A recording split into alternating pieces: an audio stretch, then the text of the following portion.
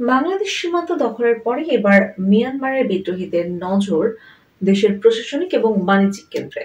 গত কয়েকদিন ধরে ধারাবাহিক হামলা চালিয়ে কিয়াও কফিও বন্দরের অদূরে চীনা শিল্প বিনিয়োগ কেন্দ্র দখল করেছে বিদ্রোহী জোটের বৃহত্তম শরিক আরাকান আর্মি।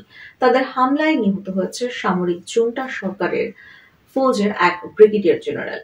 মিয়ানমারের ক্ষমতাচ্যুত গণতন্ত্রপন্থী নেত্রী অং সান সুচি চির সমর্থক স্বঘোষিত ন্যাশনাল ইউনিটি গভর্নমেন্ট নিয়ন্ত্রিত সংবাদ মাধ্যম দ্য ইরাওয়াদি জানিয়েছে, কিয়াও কফিউ শহর থেকে মাত্র ৫ কিলোমিটার দক্ষিণে পিয়াংসি কে এলাকায় জুন্টা সেনার একটি ব্যাটালিয়নের সদর দফতর ঘিরে ফেলেছে আরাকান আর্মি।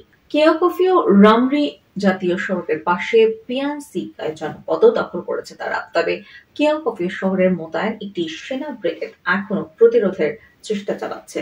তার অদূরে রয়েছে চীনের একটি তেল শোধনাগার, সেখানে এখনো ঢোকেনি বিদ্রোহীরা। বাণিজ্য রাজধানী ইয়াঙ্গনের অদূরে থান্ড ও নৌঘাটি দখল করে নিয়েছিল আরাকান আর্মি। পাশে গাওয়া শহরও তাদের দখলে।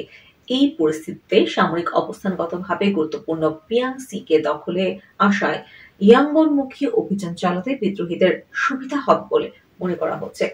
চলতি সপ্তাহের গোড়াতেই বিদ্রোহী গোষ্ঠীর স্নাইপার হামলায় জুন্টা সেনার ১১ নম্বর ব্যাটালিয়নের কমান্ডার কিয়াও বি আউং এবং এক সেনা ক্যাপ্টেন নিহত হয়েছিলেন। শুক্রবার তাদের দেহ হেলিকপ্টারের ইয়াঙ্গনে পাঠানো হয় বলে প্রকাশিত খবরের দাবি। সহযোগী বিদ্রোহী গোষ্ঠী খরেন ন্যাশনাল লিবারেশন আর্মির সহযোগিতায় মণিপুর লাগোয়া চীন প্রদেশের অধিকাংশ দখলে নিয়েছে তারা।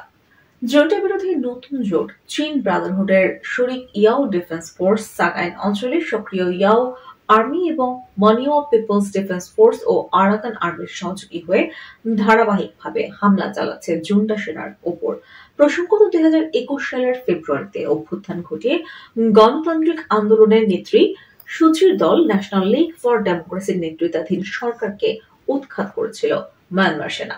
শুরু হয়েছিল সামরিক জুন্টার শাসন তার ২.৫ বছরের মাথায় ২০২৩ সালের নভেম্বর থেকে সে দেশের ৩ বিদ্রোহী গোষ্ঠী Ta'ang national liberation army, TNLA, Arakan army, AA এবং Myanmar national democratic alliance army MNDA এর নয়া জোট থ্রি ব্রাদারহুড অ্যালায়েন্স সামরিক জুন্টা সরকারের বিরুদ্ধে অভিযান শুরু করে। ওই অভিযানের পোশাকি নাম ছিল অপারেশন ১০২৭। পরবর্তী সময়ে জুন্টা বিরোধী যুদ্ধে সামিল হয় চীন ন্যাশনাল আর্মি এবং চায়নাল্যান্ড ডিফেন্স ফোর্স।